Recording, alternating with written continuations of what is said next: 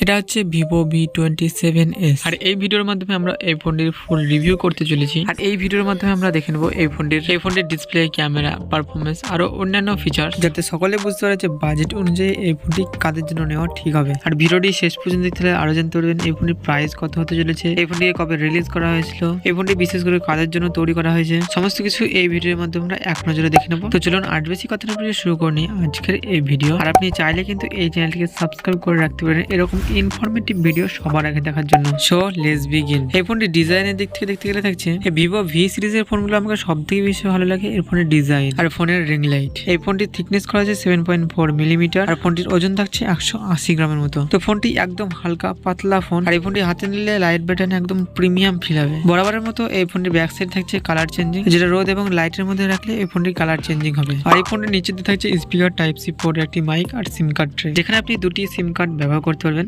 কোনো ধরনের HD card ব্যবহার করতে পারবেন না। ডান সাইডে দেখছি volume up and down button আর একটি পাওয়ার বাটন। এর ব্যাক সাইডের লুক থাকছে ট্রিপল রেয়ার ক্যামেরা সেটআপ আর একটি রিং লাইট। ফ্রন্টে থাকছে একদম কার্ড ডিসপ্লে আর এটা একটা মিডল কাটিং পাঞ্চুয়াল ডিসপ্লে। তো এরপর দেখে নেবো আমরা এই ফোনটির ডিসপ্লে। এখানে 6.78 ইঞ্চি অ্যামোলেড ডিসপ্লে ব্যবহার আছে 1B কালার, 120 হার্টের টাচ রিফ্রেশ থাকছে HDR10+ সাপোর্টের সাথে। এই ফোনটির স্ক্রিন টু বডি রেটিং থাকছে 90.4% আর এই display regulation 1080x2400 pixel, 388 ppi। তো ডিসপ্লে কালার একদম ব্রাইট কালারফুল ডিসপ্লে। আর সিকিউরিটির জন্য ব্যবহার আছে ইন ডিসপ্লে ফিঙ্গারপ্রিন্টস আর এই ফোনটির ফিঙ্গারপ্রিন্ট সেন্সর কিন্তু অনেক ফাস্ট। তো ডিসপ্লে দিয়ে content watch and gaming experience বেশ ভালোই পেয়ে যান আপনি। এই ফোনটির curved display and in display fingerprint থাকায় এই ফোনটির লুক আরো বাড়িয়ে তুলেছে। তো এবারে আমরা দেখে নেবো এই ফোনটির পারফরমেন্স। অপারেটিং হিসেবে ব্যবহার আছে Android 13, ফ্রন্ট টাচ 13 বেস। আর এই ফোনটিতে চিপসেট ব্যবহার আছে MediaTek Dimensity 7200, যেটা 4 ন্যানোমিটার ফেব্রিকেশন বেস। এর সিপি হচ্ছে 2.8 গিগাহার্টজ আর জিপি হচ্ছে Mali G610 MC4। আর এই ফোনটির RAM থাকছে 8GB RAM 128GB storage, 8GB RAM 256GB storage আর লাস্ট ভেরিয়েন্ট থাকছে 12GB RAM 256GB স্টোরেজ। এই ফোনটিতে আপনি হাই সেটিংসে গেম প্লে করতে পারবেন। গেম প্লের সময় ওভারহিটিং, ল্যাগ বা ফ্রেম ড্রপের মতো কোনো ধরনের প্রবলেম দেখা যাবে না, কারণ এখানে পাওয়ারফুল চিপসের ব্যবহার আছে 4 ন্যানোমিটারে থাকা। এই ফোনটির ব্যাটারি ব্যাকআপও অনেক বেশি দিবে। তো এরপরে আমরা দেখে নেবো এই ফোনটির ক্যামেরা। এই ফোনটিতে ট্রিপল রেয়ার ক্যামেরা সেটআপ থাকছে, যেখানে প্রাইমারি লেন্স থাকছে 50 মেগাপিক্সেলের OIS সাপোর্টের সাথে, 8 মেগাপিক্সেলের আলট্রা ওয়াইড ক্যামেরা আর 2 মেগাপিক্সেলের মাইক্রো ক্যামেরা। তবে এই ফোনটিতে কোনো ধরনের টেলিফটো লেন্স ব্যবহার করা হয়নি। তবে এখানে মাইক্রো ক্যামেরার বদলে টেলিফটো লেন্স দিলে ফটো কোয়ালিটি আরেকটু ভালো হতো। আর থাকছে রিং লাইট ফ্ল্যাশ। ব্যাক ক্যামেরাতে আপনি ভিডিও শুট করতে পারেন 4K 30fps 60fps আর ফ্রন্টে সিঙ্গেল ক্যামেরা ব্যবহার আছে 15 মেগাপিক্সেলের আর ফ্রন্ট ক্যামেরাতে আপনি ভিডিও শুট করতে পারেন 4K 30fps।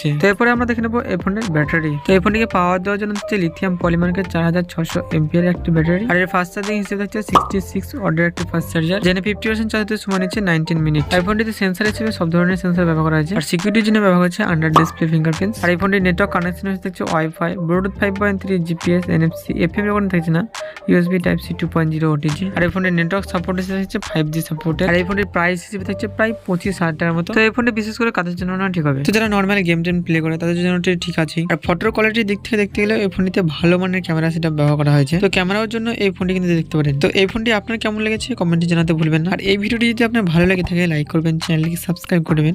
তো দেখা হচ্ছে এরকম নতুন কোনো ভিডিও নিয়ে। সকলে ভালো থাকবেন। আজকের মতো এতটুকুই।